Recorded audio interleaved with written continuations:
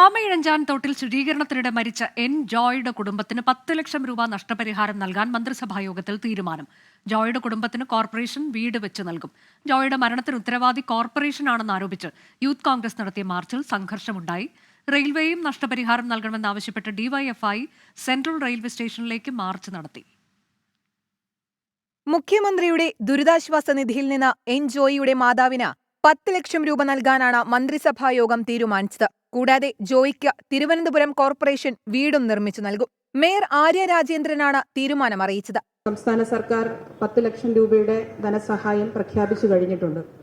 തിരുവനന്തപുരം നഗരസഭ കൗൺസിൽ വരുന്ന ദിവസം പ്രിയപ്പെട്ട ജോയ് എന്ന് പറയുന്ന സഹോദരന്റെ അമ്മയ്ക്ക് വീട് വെച്ച് നൽകുന്നതിന് വേണ്ടി തീരുമാനിക്കുകയാണ്.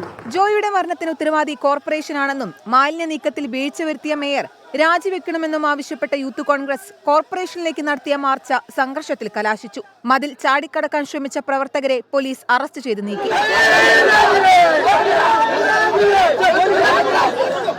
ബിജെപി കൗൺസിലർമാരും മേയറുടെ ഓഫീസിന് മുന്നിൽ പ്രതിഷേധിച്ചു. ജോയിയുടെ കുടുംബത്തിന് നഷ്ടപരിഹാരം നൽകണമെന്നാവശ്യപ്പെട്ട് ഡിവൈഎഫ്ഐയും സെൻട്രൽ റെയിൽവേ സ്റ്റേഷനിലേക്ക് മാർച്ച് നടത്തി.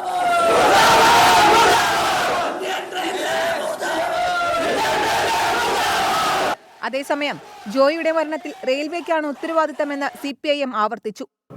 നഷ്ടപരിഹാരം കൊടുക്കാൻ ബാധ്യത യഥാർത്ഥത്തിൽ റെയിൽവേക്ക്.